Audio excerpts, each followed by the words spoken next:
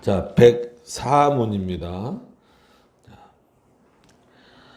네 번째 기도, 이제 늘 말씀드리지만 우리의 이제 좀 편의로 이제 좀 구별을 한 거죠. 굳이 주기도문을 또 너무나 이렇게 막 몇 번째 기도 몇 번째 기도 이렇게 나누는 것도 참 그래요. 그렇지만 이제 또 어쩔 수 없이 이제 또 편의상 나눠서 보고 있습니다.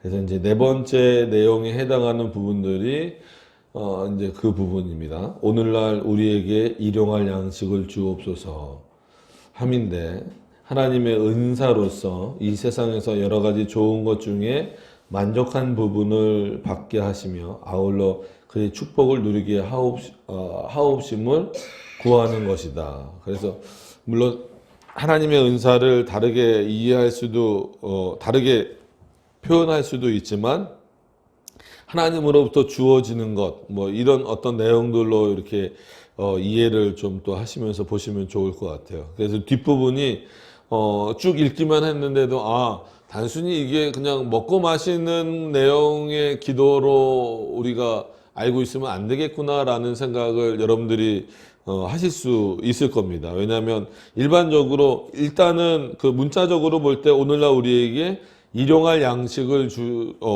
주옵소서라고 하는 이 부분은 말 그대로 일용할 양식이라고 하는 것은 하루에 먹을 만큼, 마치 구약의 그 만나를 떠올릴 수 있을 그 내용입니다. 그래서 매일마다 하나님이 그 양식을 주셔서 그 양식만 먹는 거예요. 하나님이 주시는 양식만 먹어야 생명이 유지될 수 있는 그런 삶을 이스라엘 백성들이 살았던 것처럼 우리에게도 그런 일용할 양식을 날마다 부어 주십시오. 그래서 우리는 말 그대로 하나님의 은혜를 받았다, 무슨 축복을 받았다 그러면 진짜 곳간에도 막 이렇게, 뭐 요즘엔 곳간이라는 표현을 잘 안 쓰니까 뭐라 그럴까요?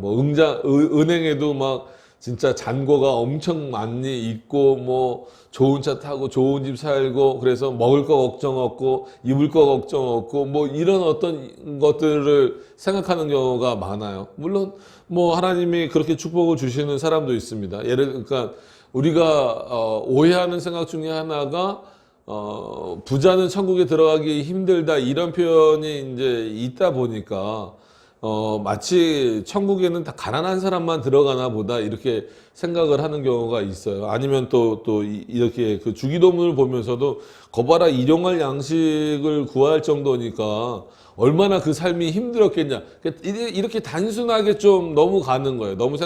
그렇게 단순하게만 생각하다 보니까 예수님은 마치 그냥 가난한 사람을 위해서, 뭐 불쌍한 사람을 위해서 이런 정도로만 오신 걸로, 그런 사람들을 위해서만 오신 걸로 오해되는 경우가 많습니다. 그래서 기독교는 물론 구제하죠. 열심히 구제하고, 우리가 늘 그 종교개혁사 살펴보면서 칼빈도 집사직분을 세울 때 두 종류로 또 성경적인 구별이라기보다는 어떤 그 상황적 구별을 통해서 좀 구제하는 그 역할로서도 집사를 맡기고, 교회를 어떤 이렇게 또 같이 협력해서 다스리는 차원에서도 집사를 맡기는 어떤 그런 내용까지 보여가면서 구제에 대해서 힘쓴 부분도 분명히 있어요. 그럼에도 불구하고 그게 목적은 아니었다라는 거. 칼빈도 그게 목적이 아니었고, 예수님도 물론 제자들을 부르실 때 가난한 자도 부르시긴 했지만, 분명히 바울과 같은 자들도 나중에 부르시긴 했지만 부르셨고, 누가도 있고 마태도 있고, 여러 어떤 그 계층의 사람들을 다 제자로 부르셨어요.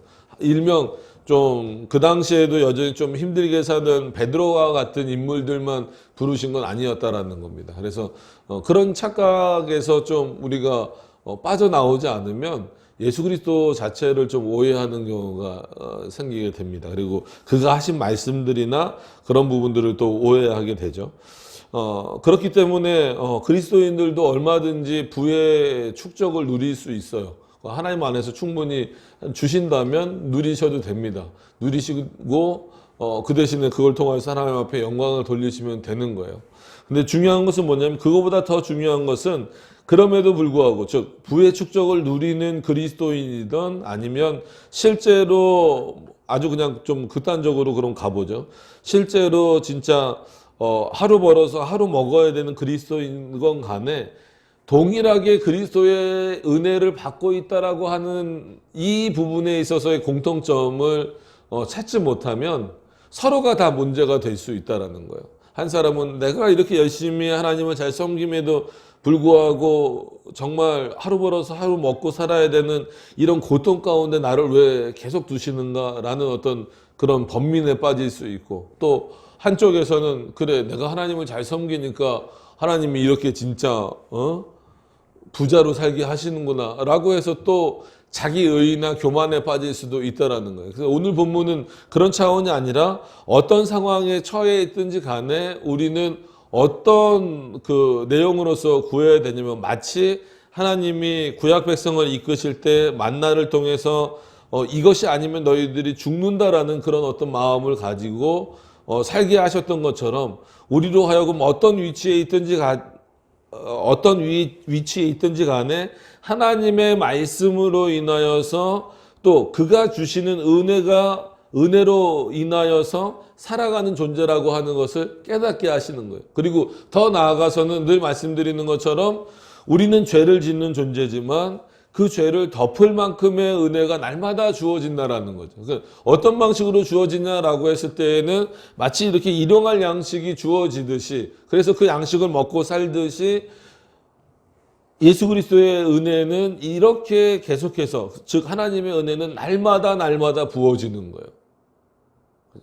그러니까 어느 정도 부어지고 그쳤다가 또 뭐 그게 이제 소멸될 쯤 되면은 또 은혜를 또 부어주시고, 또 그쳤다가 그 은혜가 소멸될 쯤 되면 또 부어주시고, 이런 차원이 아니라 날마다 그 은혜가 주어지는 거예요. 그 주어지는 은혜의 풍성함은 아까 예를 들어드렸던 양극단에 있는 사람이 누리는 이 세상에서 누리는 어떤 그것과는 전혀 다른 풍성한 은혜다라고 하는 겁니다. 그래서 진짜 하루 벌어서 하루 먹고 사는 사람도 하나님 앞에서는, 그리스도 안에서는 풍성한 은혜를 누리는 자고, 정말 그 많은 재물을 얻고 뭐 명예도 얻었다 할지라도 그조차도 하나님 안에서 매일마다 하나님을 통해서 매일마다 주시는 그 은혜로 사는 자다라고 하는 거예요.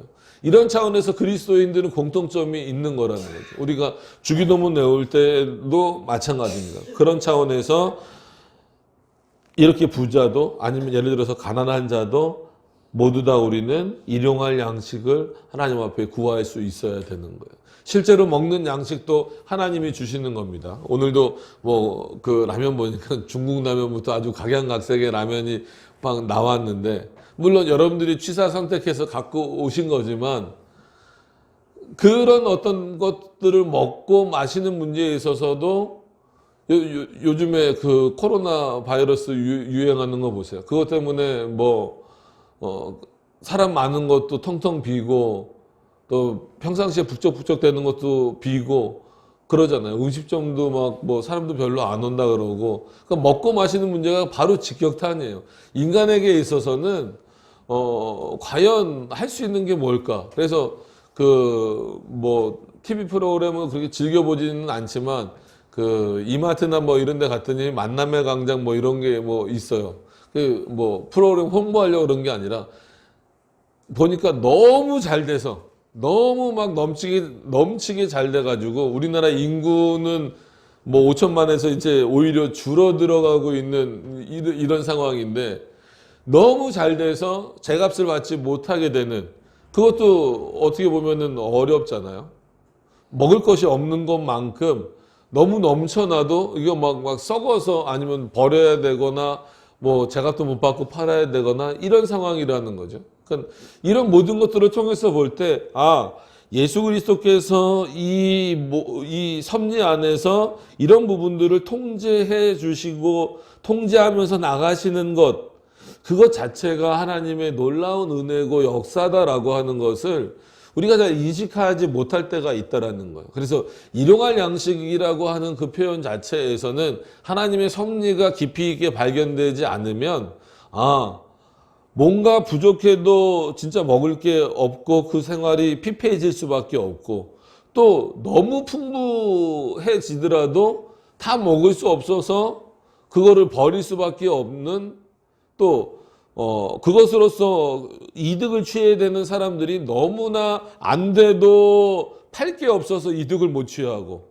너무나 막 그냥 차고 넘쳐도 그게 진짜 아주 헐값이 돼서 이득을 취할 수 없는, 정상적인 어떤 그 수입 생활을 할 수 없는 그런 모습들을 이렇게 볼 때, 이 모든 것이 정말 하나님이 일정하게 우리들을 사랑하시는 방식으로 날마다 먹여주시고 입혀주시는 그런 은혜가 아니고는 도저히 이런 일들은 인간이 해결할 수 있는 것은 한계가 있다라고 하는 것을 보게 되죠. 그러니까 그런 것들을 보면서 이 일용할 양식이라고 하는 것은 참 하나님의 은혜가 얼마나 크다라고 하는 것을 우리들에게 알려주는 건데, 그거를 그렇게 이렇게 탁 마음속에 이렇게 받아들이기가 쉽지 않은 거죠. 왜냐하면 예전에는 또 이런 본문들이 먹고 살기 힘들 때는 잘 받아들여졌지만, 지금은 솔직히 그렇게 뭐 먹고 살기 힘들 정도에 있는 사람들은 또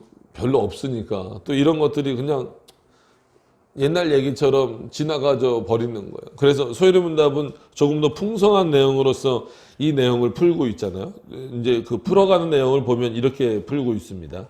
자, 그럼 오늘 이 일용할 양식을 주옵소서를 어떻게 풀어야 되냐면, 하나님의 은사로서 이 세상에서 여러 가지 좋은 것 중에 만족할 부분을 받게 하시며, 그러니까는 물론 이건 하나님의 만족, 그러니까 주시는 자의 만족이기도 하지만 우리 받는 자로서도 우리에게 풍성한 것을 주신다라고 하는 거예요. 그러니까 은사다라는 것을 그런 식으로 넓힌 거죠. 어떤 특정한 어떤 여러분들이 여태까지 생각하셨던 그런 여러 가지 은사의 종류들을 떠올리시지 않아도, 하나님이 우리로 하여금 이렇게 채워주시는 것, 먹을 것을 채워주신다든지, 아니면 우리의 진정한 양식은 하나님의 말씀이라고 했으니까 말씀을 채워주시든, 아니면 그 외에 우리가 필요한 것들을 채워주시든, 우리의 신앙의 어떤 성장의 모습으로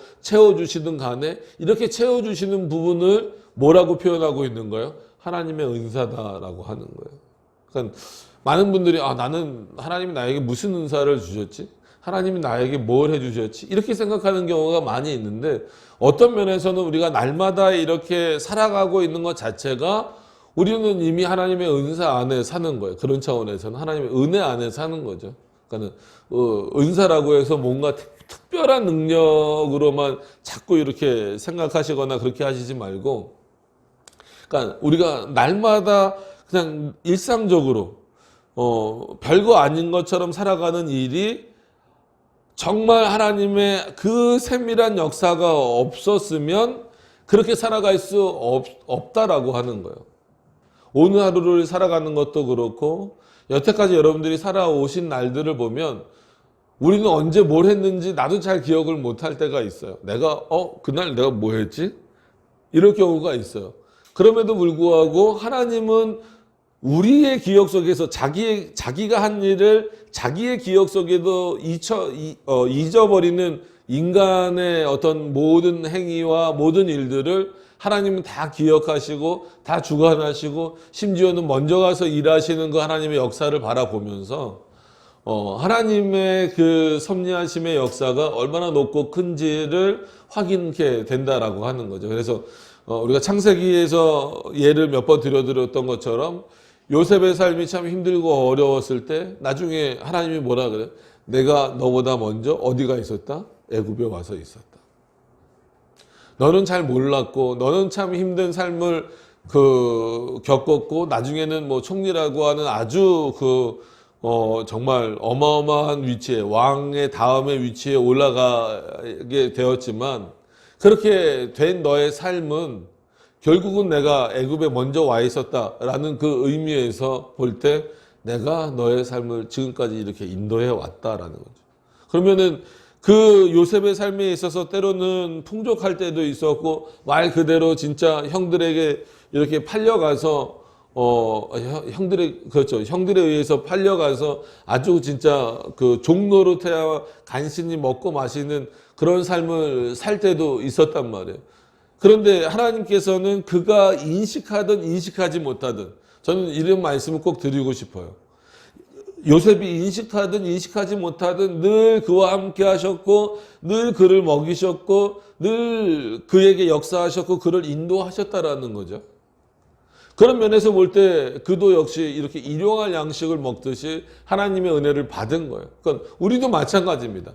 여러분들이 아마 저희는 그렇게 간증이라는 표현을 좋아하지는 않지만 인생에 있어서 하나님의 역사를 확인하는 어떤 순간들이 여러분들에게도 있으셨을 거예요. 있으실 거고. 그러면은 그런 것들을 이제 얘기해 보라고 하면은 이제 얘기하죠. 근데 솔직히 몇 가지 안 되는 경우가 많아요. 아무리 큰 일을 겪더라도 매일마다 큰 일을 겪습니까? 여러분들이 여기 이제 어린 아이부터 연세 많으신 분들까지 계신데 살아오면서 하나님이 나에게 글쎄 역사하신 게 몇 가지나 될까? 이렇게 손으로 꼽는 게 우리의 보통 그 사고예요.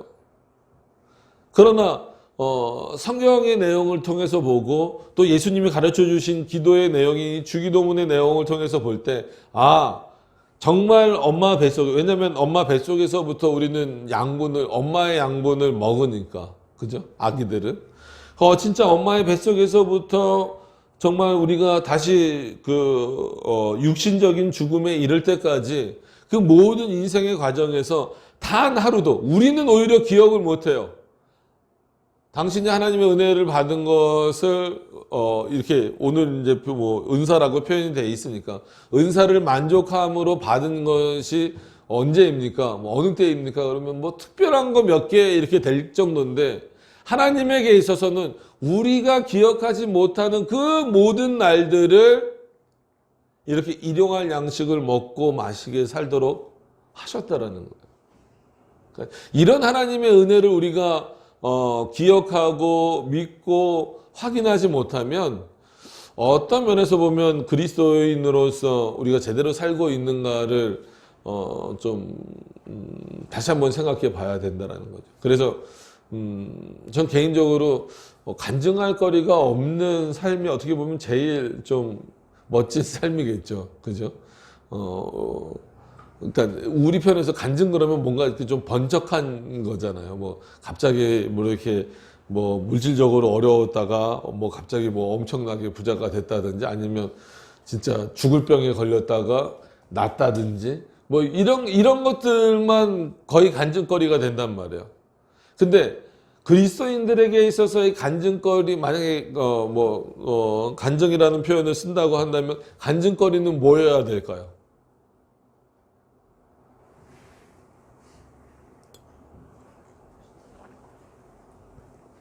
어떤 면에서는 여러 가지가 있을 수도 있겠지만 오늘 이런 본문이 그죠? 저는 그리스도께서 날마다 일용할 양식으로 채워주셨습니다. 그렇게 지금까지 살아왔습니다. 여러분 이거보다 더 큰 간증이 우리에게 있을 수 있을까?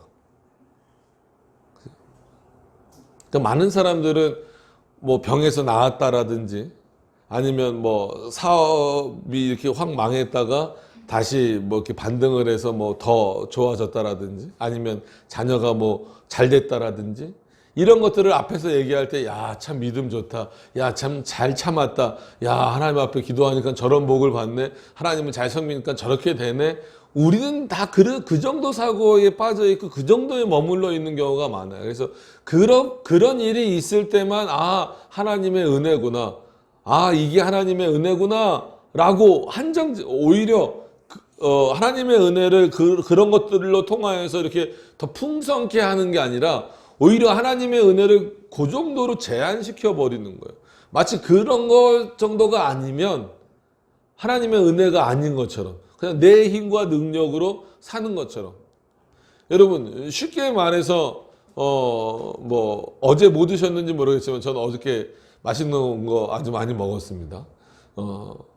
근데 그런 것들을 막 준비하고 뭐 사고 할 때 여러분들이 열심히 한마디로 일해서 번 것으로 다 사잖아요. 그러니까 그거를 그냥 사면서도 다 이건 당연히 마땅히 그냥 내 한마디로 수중에 있는 뭐 재물로 물질로 이거 다 맛있는 거 먹고 싶은 거 먹고 또 살 거 있는 거 사고 뭐 이 정도 이렇게 생각을 하지 그 순간에 또 그 순간마다 이건 하나님의 은혜구나라고 생각하는 사람들이 저부터도 그게 잘 안 되는 것 같아요.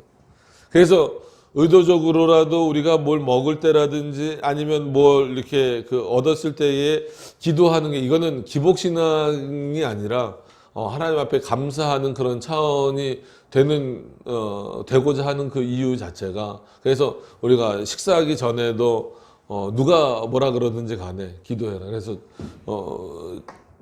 저희 이제 애들도 있지만 학교에서 밥 먹을 때 기도하니? 그러면은 뭐 맨 처음에는 했다가 안 했다가 그러니까 안 하는 이유가 뭘까 물어보면 보이는 눈이죠. 세상적인 보이는 눈. 여러분 세상적인 보이는 눈이 그렇게 신경 쓰이면 정말 우리 가시적인 눈에는 보이지 않지만 실제로 우리의 마음까지 그리고 실제로 우리가 기억하지 못하는 부분까지 전부 다 알고 계시는 그 하나님의 눈은 왜 의식하지 못하면서 사시냐는 거예요. 그래서 옆에 친구가 뭐라고 하든 아니면 네가 밥 먹는 속도가 느리든 기도하고 밥 먹어라. 이거는 너가 열심히 공부하고 아니면 뭐 요즘에는 뭐 무상급식이지만 아니면 부모님이 식비를 내서 너가 먹는 그 정도 수준이 아니라 날마다 우리를 먹이시는 하나님의 은혜다라는 거죠. 근데 이게 점점 퇴색되어져 가는 경우가 많아요. 우리 삶 속에서도. 제가 저를 봐도 그렇고. 그럴 때마다 이런 말씀들을 통하여서 다시 한 번 더 여러분들이 이 말씀을 통하여서 채워주시는 하나님, 풍성케 하시는 그래서 만족하게 하신다라고 하는 것을 솔직한 얘기로 인간은 만족을 모르는 어떤 존재다라고 많이 표현을 하잖아요. 그래서 여러 번 들었던 예인 것 같지만 한 번 더 들어드리면 우리나라 1%하고 그러니까는 상위 1%한테 삶에 만족하냐라고 물어봤을 때 뭐 어느 정도 만족하지만 불만족한다라는 부분이 상당 부분 나왔다라는 거. 그럼 어떤 대상이 있기 때문에 도대체 불만족스럽고 뭐가 불만족스럽냐 했을 때 그 상위 1% 어마어마한 그 사람들이잖아요. 0.1%가 부럽다라는 거예요. 0.1%는 더 아주 대단한 사람들이겠죠. 그와 같이 인간은 만족할 수 없는 존재임에도 불구하고 여기서 분명히 만족할 부분을 받게 하신다라고 했을 때에는 이 만족은 결국 세상적인 그런 만족이라고 생각하시면 안 되죠. 그리스도가 우리에게 주시는 만족은 세상에서 얻을 수 있는 그런 만족과는 비교할 수 없는 겁니다. 거꾸로 세상에서 그 사람들이 만족하다라고 생각하는 것들이 주어지지 않아도 오히려 만족할 수 있을 내용들을 그리스도가 우리에게 주시는 거예요. 삼일체 하나님께서 우리들에게 주시는 거죠. 그게 믿음의 선물이고 그걸 이제 오늘 이제 은사로 표현을 한 겁니다. 그러니까 일용할 양식으로 만족을 누린다. 솔직한 얘기로 이거를 문자적으로 그냥 받아들이면 여기 계신 분들 중에 저를 포함해서 아마 한 번도 만족할 사람은 없을 거예요. 그죠? 왠지 불안하잖아요. 여러분, 이스라엘 백성들이 만나를 가지러 갈 때, 믿음이 글쎄요, 좋았겠지만, 어떤 면에서는 주말에는, 그러니까 지금으로 말하면 주말이지만, 그때 기준으로 하면 이제 안식일이 되겠죠. 안식일 전날은 이틀치를 거둬오라고 하잖아요. 근데 안식일 날 또 가는 이유는 뭘까요? 두려움 때문이죠. 혹시 이게 또 주어지지 안 주어지면 뭘 먹고 살지? 그래서 또 어떻게 하라 그래요, 하나님이? 이틀치도 말고 3일치도 말고 딱 오늘 먹을 것만 가져오라 그러잖아요. 근데 어때요? 그 중에 어떤 사람들이 있어요? 더 갖고 오는 사람들이 있잖아요. 그럼 그 사람들의 마음 가운데에는 무슨 마음이 있는 겁니까? 아, 혹시 하나님은 분명히 오늘 것만 가지고 오고 또 내일 가면 내일 이렇게 있다라고 말씀을 하셨는데 못 믿는 거죠. 못 믿는 믿음이 없다 이런 표현도 되지만 한편으로는 두려운 거예요. 내일에 대한 두려움, 미래에 대한 두려움, 이건 누구나 다 갖고 있는 거죠. 안 주시면 어떡하지? 내일 안 주시면 어떡하지? 왜 오늘 것만 걷어오라 그러지? 이왕 나가서 더 풍족하게 있는데 저거 다 긁고 와서 혹시 내일 하나님이 바빠서 못 주시면 내가 그거라도 먹으면 되지 않을까?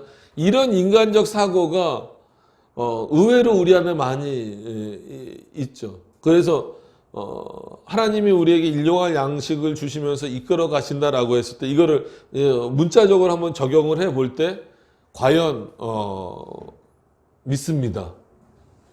그러니까 이렇게 하실 것을 일용할 양식으로 날마다 우리를 먹일 것을 믿습니다. 이게 정말 우리의 신앙 고백이 되고 있느냐라는 거예요. 그러니까 이건 기도의 어떤 모범으로 보여주신 내용이긴 하지만 우리는 걱정을 많이 하잖아요. 그래서 이 말씀을 준비하면서도 글쎄요, 여러분들에게는 2019년도가 어떤 의미였을지는 모르겠지만 늘 말씀드렸지만 2019년도는 저에게 있어서는 40년이 좀 넘는 인생 가운데 굉장히 좀 힘들었던 시기였어요. 그러니까 여러 가지 면에서. 그래서 야, 이거 어떻게 하지? 어떻게 해야지? 그래서 목사로서는 참 하면 안 될 생각 같은 거, 그거보다 그러니까 그런 생각도 했었어요. 그냥 솔직히 말씀드리면 오늘 자고 내일 아침에 안 일어나는 것도 좋을 것 같다. 안 깨는 게 안 깼으면 좋겠다. 이런 생각까지 했을 정도로 조금 상황이 어려운 적도 있었죠. 근데 돌이켜보면 참 부끄러운 거예요. 야, 너가 앞에 서서 말씀을 전하는 목사가 맞냐 싶을 정도로 좀 부끄럽죠. 결국은 돌이켜 놓고 보면 그래도 그런 제가 생각하기에는 참 수렁이라고 생각하고 참 끝이다라고 생각하는 그 순간에도 하나님은 흔들리시지 않고 여전히 자신의 일을 하시면서 나를 돕고 계셨는데 저는 두려운 거예요. 하나님에 대한 믿음이 있고 마치 여러분들 앞에 서서 여러분 하나님 잘 섬기십시오. 믿음으로 하나님을 섬기십시오. 말씀으로 사십시오. 이렇게 말하면서 정작 그 믿음과 그 말씀이 제 안에 새겨져 있지 않았었던 것 같아요. 그렇다 보니까 그런 어려움들이 닥칠 때 두려운 거예요. 하나님이 해결해 주시겠지라는 그런 어떤 믿음보다 두려운 거예요. 당장 내일 이만큼 나가야 되는데 이만큼이 필요한데 그러니까 그 인간적인 두려움이 엄습해 올 때는 어떻게 감당이 안 돼요. 그러면서 그때 생각한 게 아니라 오늘 이 말씀을 이제 할 것을 쭉 준비하면서 그래 2019년도를 돌이켜 보면 참 이 믿음으로 산 날보다는 두려움과 걱정으로 산 날이 훨씬 더 많았구나. 근데 하나님이 나에게 그런 걸 요구하셨을까? 특히나 목사인데 목사에게 그런 거를 요구하셨을까? 그렇지 않으셨을 텐데. 정말 이런 오전 설교 때도 언급을 한번 했던 말씀이지만 시편 23편에 나오는 말씀처럼 사망의 음침한 골짜기와 같은 그런 어떤 그 시기를 지난다 할지라도 여전히 하나님 나를 지키신다라는 것을 왜 믿지 못했을까? 그런 생각들을 많이 해봅니다. 그래서 저도 그렇고 여러분들도 그렇고 이 한 구절이지만 그 만족이라고 하는 이 부분을 생각해 보면 과연 이게 누가 주시는 만족인가를 생각하면서 그리고 어디로부터 만족감을 누려야 된다라고 한다라는 것을 기억한다면 세상적인 만족이 아니라 하나님이 주시는 그 만족이라면 그거는 하나님이 주신 은사구나. 그것을 만족할 줄 아는 것 자체도 은사구나. 진짜 뭐 일명 뭐 요즘엔 없지만 뭐 성경에 나오는 내용이라 뭐 무슨 뭐 여러 가지 그냥 뭐 각양각상의 은사 이런 거보다 그런 것과는 비교할 수 없는 그런 은혜구나라고 하는 걸 깨닫게 됩니다. 그러니까는 그런 게 이제 이 일용할 양식을 주옵소서에 다 들어가는 거예요. 그래서 여러분들이 주기도문을 뭐 외운다고 해야죠. 주기도문으로 신앙을 고백을 하실 때나 아니면 뭐 진짜 주기도문을 이렇게 찬찬히 읽어보실 때나 이런 풍성함이 이 한 기도문 안에 포함되어져 있다라고 하는 것을 확인하셨으면 좋겠습니다. 그래서 그리고 나서 뭐라고 표현됩니까? 만족한 부분을 받게 하시며 아울러 그의 축복을 누리게 하옵심을 구하는 것이다. 하나님의 축복을 누리는 거예요. 여러분 저도 그렇고 여러분도 그렇고 하나님의 축복을 누리지 않는다면 그러니까 않는다면이라는 단어는 알맞지 않는 것 같고 누리지 못한다면 굳이 여기 있을 이유가 없는 거죠. 그죠? 그리고 어떤 면에서는 그 은혜를 누리고 있기 때문에 이 자리에 있는 거고 또 이 자리에 있으면서 그 은혜를 누리는 거고 그러면서 더 그 은혜의 풍성함을 알아가는 것이고 그게 날마다 쌓아져 가면서 정말 우리가 거룩을 향해서 더 가는 거죠. 그래서 이 일용할 양식을 통해서도 결국은 우리는 하나님의 섭리와 더불어서 또 우리 개인에게 있어서는 어떤 더 성화의 과정, 더 날마다 성장해 가는 그런 과정들을 이 일용할 양식을 통해서도 확인할 수 있다는 거죠. 그래. 내가 두려움과 걱정이 앞서서 뭐를 막 이렇게 쌓아놓고 사는 어떤 그런 삶보다는 그렇다고 절대로 부를 부정하는 게 아닙니다. 하나님이 주신 부는 축복이에요. 여러분 그거를 나에게 안 주셨다. 그걸 또 이제 불공평하다 이렇게 말씀하시면 안 되는 거고 하나님이 그에게 필요하셔서 그에게 어떤 사람에게 물질을 주셔서 그 물질로 하여금 또 하나님의 사역을 감당케 한다면 그러기 위해서 주시는 물질이라면 그거는 축복이죠. 그건 저주가 절대 아닙니다. 그거는 천국에 못 들어갈 어떤 그 부자처럼 생각하면 안 되는 거죠. 그걸 가지고 그냥 막 움켜쥐고 그걸 얻기 위해서 하나님도 떠나고 막 이러기 때문에 보편적으로 물질을 추구하는 사람들은 천국에 가기 어렵다 이렇게 하지 않습니다. 하나님께서 여러분들에게 물질의 복을 주실 때는 이유가 다 있는 거예요. 그걸 통해서 하나님을 열심히 잘 섬기라는 거죠. 건강을 주실 때에는 또 그 건강을 통해서 또 하는 거고 지식과 지혜를 주실 때는 그것을 통해서 또 하나님께 영광을 돌리게 되는 거고 물론 그게 하나님 앞에 합당한가를 먼저 살펴야 되겠지만 그런 차원에서 그의 축복 그러면은 하나님이 여러분들에게 주시는 가장 큰 축복은 뭘까요? 여러 가지가 많죠. 너무 많습니다. 그죠? 너무 많아요. 우리가 생각하지 못하는 것 자체도 다 축복입니다. 하나님의 은혜고 오늘 우리가 먹을 수 있다라는 것도 은혜죠. 죄송합니다. 배설할 수 있다라는 것도 은혜입니다. 그죠? 잠을 잘 수 있다라는 것도 은혜죠. 먹고 마실 수 있는 것도 다 은혜입니다. 이런 어떤 그 사소하고 작은 부분들까지 다 하나님 안에서 은혜가 되는 거지만 더 큰 어떤 은혜의 내용은 뭐겠어요? 그 안에서 안식을 누리는 거죠. 평안을 누리고 하나님의 백성으로서 즉 영생을 누리는 거예요. 영원한 생명을 가진 자, 영원한 생명을 받은 자로서 그 생명을 누리는 겁니다. 이 땅에서 이미 누려나가는 삶이죠. 그런 축복을 하나님이 우리에게 누리게 하셨다라고 하는 거예요. 그래서 어떤 면에서는 우리가 세상 사람들은 이 시간에 자기가 즐거워하는 것들을 누리면서 산다라고 하겠죠. 그죠? 뭐 나가서 놀거나 뭐 영화를 보거나 아니면 세상에 어떤 즐거운 것들을 하거나 각자 뭐 데이트를 하거나 뭘 하거나 주일날 그런 걸 하면 무조건 안 된다 뭐 이런 것도 또 적이지만 세상 사람들은 어쨌거나 자기의 즐거움을 무조건 막 다 찾아갈 거 아니에요. 그러나 그 끝이 그 공허하다라고 하는 것은 언제든지 또 우리가 확인할 수 있는 거잖아요. 그러나 하나님이 주시는 이 축복 그리고 누리게 하시는 것은 공허함이 없는 겁니다. 공허함이 없어요.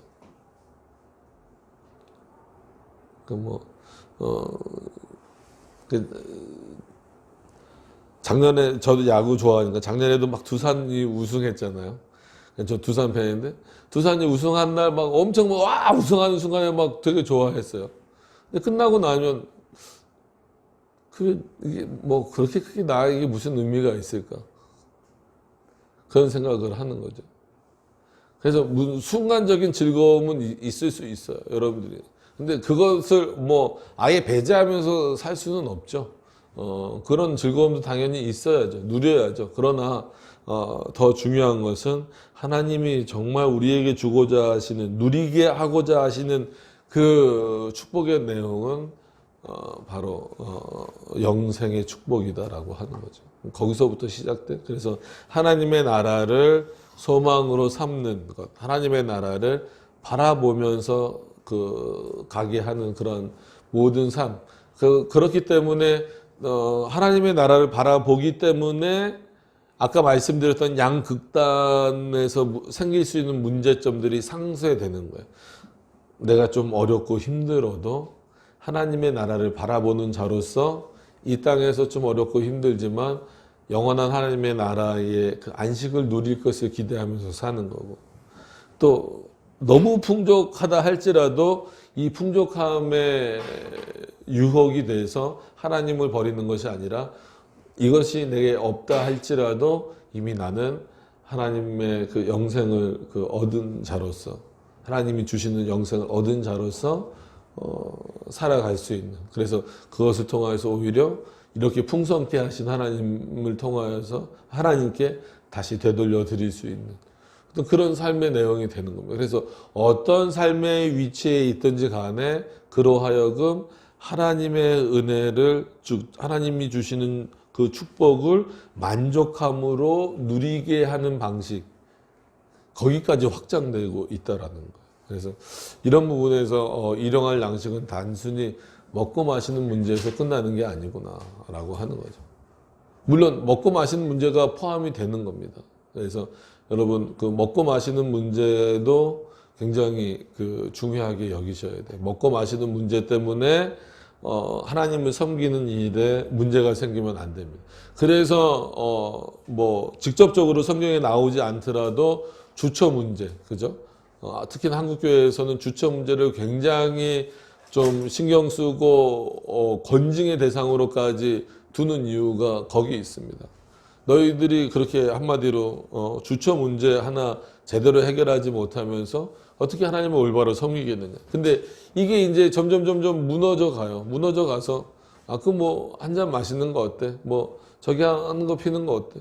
그래서 저도라고 해서 오해하지 마세요. 저는 개인적으로 가끔 이제 뭐 청년들이나 이렇게 물을 때에 만약에 네가 건강 때문이라면 나는 뭐 술을 먹지 말라, 담배를 끊지 말라 이런 얘기 하고 싶지 않다. 그건 뭐 네 건강 네가 챙기는 건데 내가 네 건강까지 신경 써줄 이유는 없고, 목사의 입장으로서 얘기를 하면 하나님을 올바로 섬기는 데 있어서 방해가 되는, 한마디로 먹고 마시는 문제가 된다면 그거는 일용할 양식이라고 생각하면 안 된다라는 거죠. 그래서 실제로 어떤 사람들 그래요. 저도 직접 들어서 많이 좀 짜증이 났지만 이게 이제 소주잔이라 그래요. 그러면 내가 마시는 이 소주잔에도 성령이 역사하신다.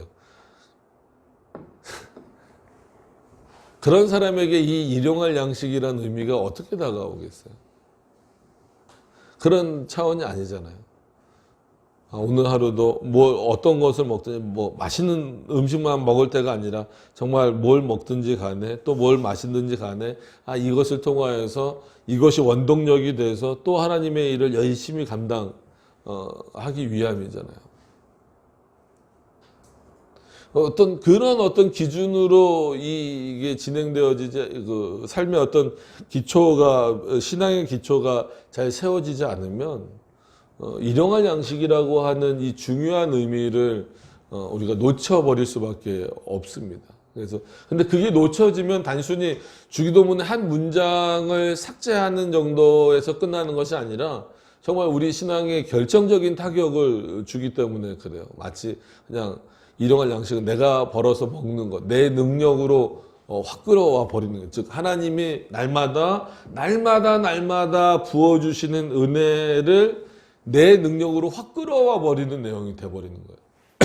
이렇게 되면 안 되잖아요.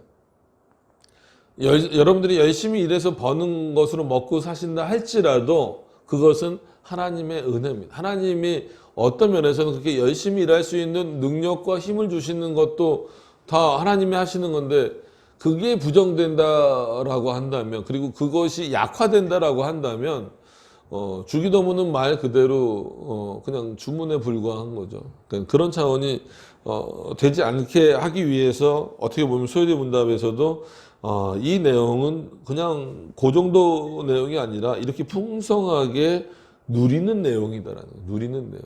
그래서 여러분 하나님의 은혜를 이런 차원에서 풍성하게 누리시길 바랍니다. 그래서 일용할 양식을 오늘도 하나님이 실제로 여러분들 입으로 들어가는 양식도 하나님이 주시는 겁니다. 여러분들이 마트 가서 사는 게 아니라 사는 거지만 하나님이 주시는 겁니다. 그리고 여러분들의 영혼의 양식도 하나님이 주시는 겁니다. 그 양식을 두 가지 양식, 입으로 들어가는 양식과 우리의 영으로 받는 모든 양식들이 여러분들에게 귀한 양분이 돼서 하나님을 섬기는데 그리고 하나님이 주시는 축복을 누리는데 그리고 하나님의 은사로서 우리를 만족해 하시는 그 만족함을 누리는 만족함을 얻는데 그 잘 사용되어질 수 있도록 그래서 기쁘고 즐거운 마음으로 하나님 앞에서 먹고 마시고 감사하실 수 있는 여러분들이 되실 수 있기를 바랍니다. 그래서 감사하게 좋은 음식들 우리가 찾아서 먹듯이 좋은 말씀을 많이 들으시길 바라고 그 다음에 진짜 몸에 좋은 음식들 드시면서 건강도 잘 챙기셔서 어떻게 보면 내 몸을 내가 잘 챙기는 것도 또 하나님이 기뻐하시는 일이에요. 그래서 저도 잘 그러지 못하지만 하여튼간 그런 부분들을 다 힘써서 우리 반석툴리교회가 이 일용할 양식의 그 은혜를 늘 기억하며 살아갈 수 있는 성도님들이 그래서 이것을 기억하면 하나님을 그래도 최소한 하루에 몇 번 이상은 여러분들이 드실 때마다 뭔가 음식을 섭취하실 때마다 하나님의 말씀, 그러니까 하나님의 은혜를 생각하실 수 있잖아요. 아주 단순하게 생각하더라도 그런 우리 그 반석툴리교회 성도님들의 삶이 되시기를 바랍니다. 우리 기도하도록 하겠습니다. 은혜가 풍성하신 하나님, 저희들은 부족하면서도 참 하나님 앞에 교만함을 드러낼 때가 많습니다.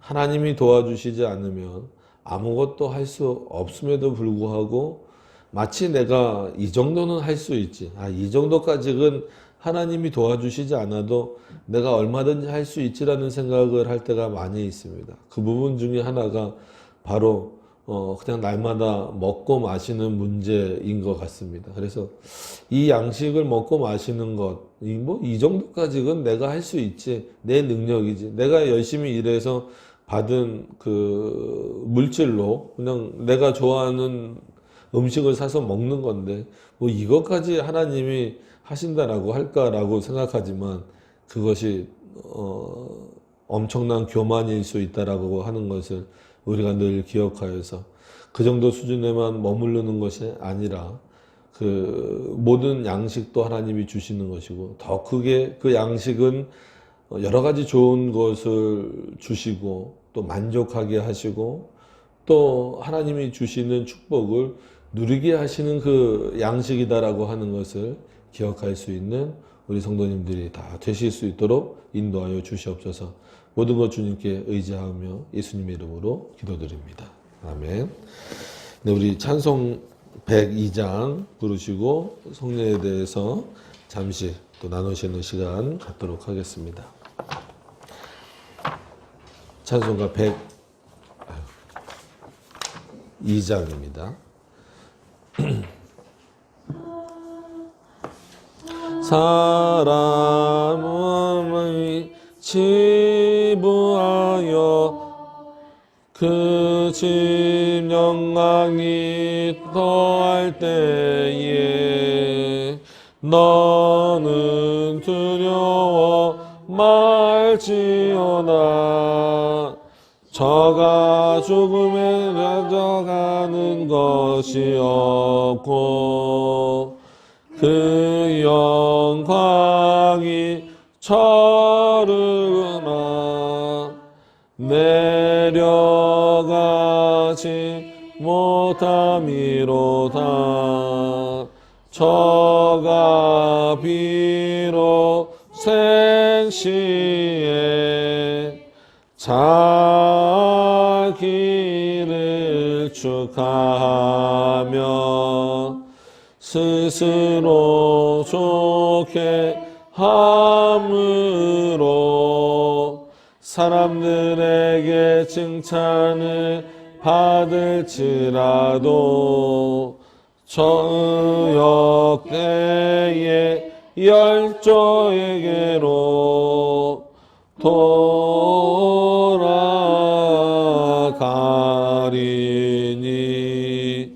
영영이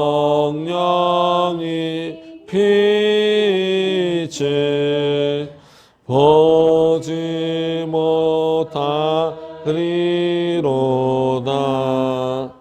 존귀에 처하나 깨닫지 못하는 사람은 멸망하는 짐승 같도다. 아멘.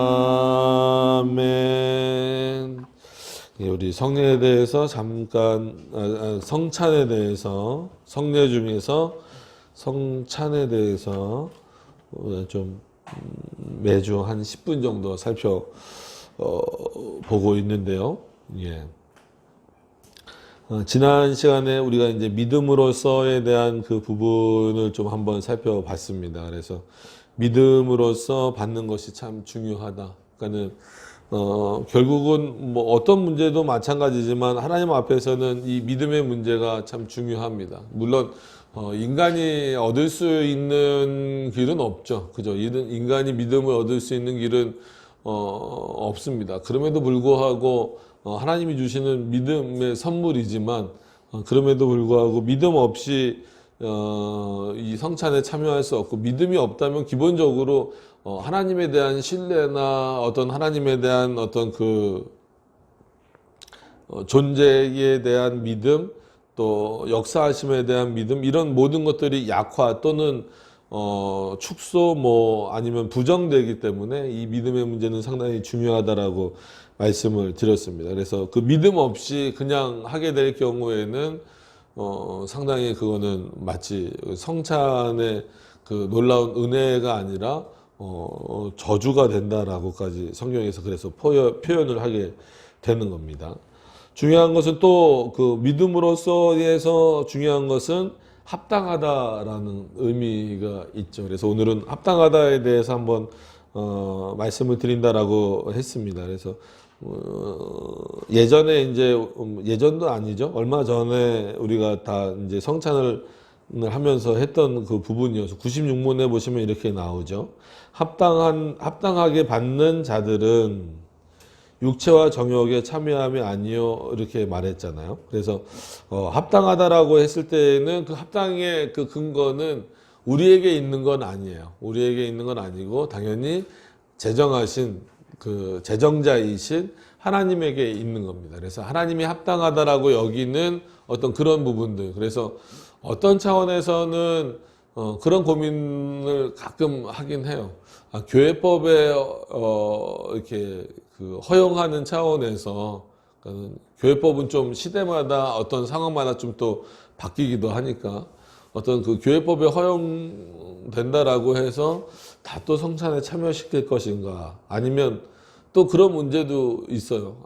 아니면 또 그렇다고 해서 또 그걸 또 막을 수 있겠는가, 뭐 이런 좀 부분들이 참 고민입니다. 어려움이고 분명히 명확한 답은 있어요. 당연히 합당하다라고 하는 것에 있어서의 답도 하나님의 말씀에 있는 거죠. 그래서 그 성찬을 준비할 때 화채설도 안 되고 그 다음에 공제설도 안 되고 영적 임재설만 된다라는 그 합당함, 거기에는 이제 예수 그리스도를 그 죽으심을 기념하는 그 떡과 포도주가 예수 그리스도의 몸과 피가 된다라는 것을 기념하는 그 기념설까지 포함된 영적 임재설과, 그리고 영적 임재설은 결국은 우리들의 삶의 연장선으로 쭉 뻗어져 나가야 되는 거예요. 그래서 왜 매주 그렇게 성찬을 해야 된다라고 강조를 종교개혁자들이 한 이유도 결국은 구원의 서정하고 또 이 성찬이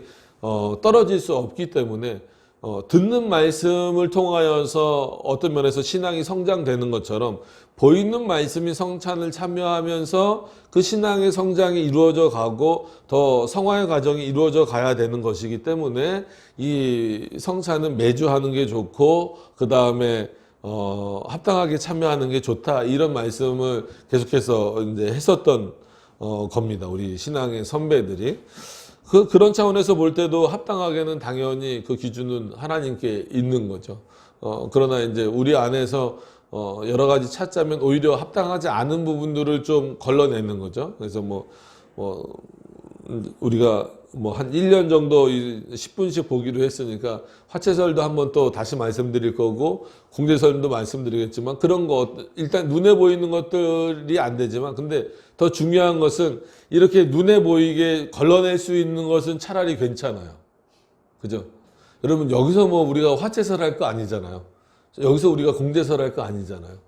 그렇기 때문에 오히려 그거는 그냥 우리가 이제 지식적으로 좀 알아둬야 되고, 이제 혹시라도 이제 다른 그런 대상들을 만났을 때 좀 우리가 하나님의 말씀이 뭐가 더 옳은 것인가를 알려주는 차원에서 그거를 알아야 될 필요성은 있지만, 우리 교회에서 그거를 하지 않는 이상 그것이 합당하다라는 것에 적이 될 수는 없습니다. 그러나 그러면 우리에게 있어서 합당하다라는 것은 뭘까라고 했을 때에는 결국은 하나님의 말씀대로 내가 과연 올바르게 이렇게 살아가고 있는가. 그래서 지난 시간에 살펴본 것처럼 육체와 정욕으로 참여함이 아니고 믿음으로 그의 몸과 피에 참여하는 것이다. 그러니까 이게 합당합니다. 그러니까 연결되는 거죠.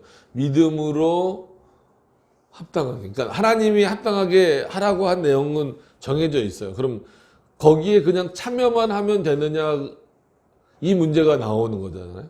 그런 것이 아니라 칠판은 여기 있는데, 하나님이 합당하게 하라고 하신 예수님이 제정해 놓으신 우리가 이제 아까도 읽었던 그런 부분들과 같이 그런 합당한 그런 부분들이 있는데, 과연 내가 거기에 참여할 만한 그런 어떤 믿음의 내용이 되느냐, 이런 것들을 늘 날마다 고민해야 되는 것은 사실입니다. 그런 부분들을 고민을 하되, 그러나 참여하는 게 오히려 더 마땅한 이유는 고민을 하더라도 그것이 좀 잘못된 고민으로 가면 어느 누구도 참여할 수가 없어요. 왜냐하면 하나님에게 합당한 인간이 과연 있을 수 있습니까? 한 명도 없어요. 그러니까 오전에 우리가 얘기를 설교 시간에 말씀을 드렸지만, 칼빈, 우리가 보기에는 정말 합당한 것 같죠, 하나님 앞에. 그러나 그런 칼빈조차도 감히 하나님께 합당한 자다. 그러니까 우리는 그렇게 표현을 할 수 있어요.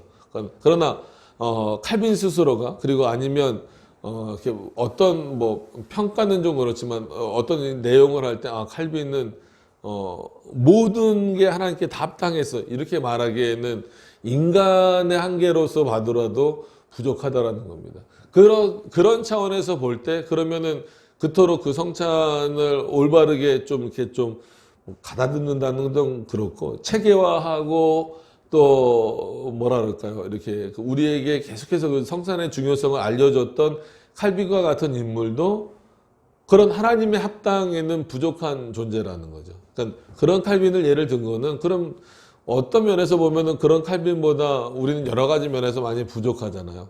그러니까 그러면 과연 누가 만족시킬 수 있을까라고 했을 때는 솔직히 한 명도 없어요.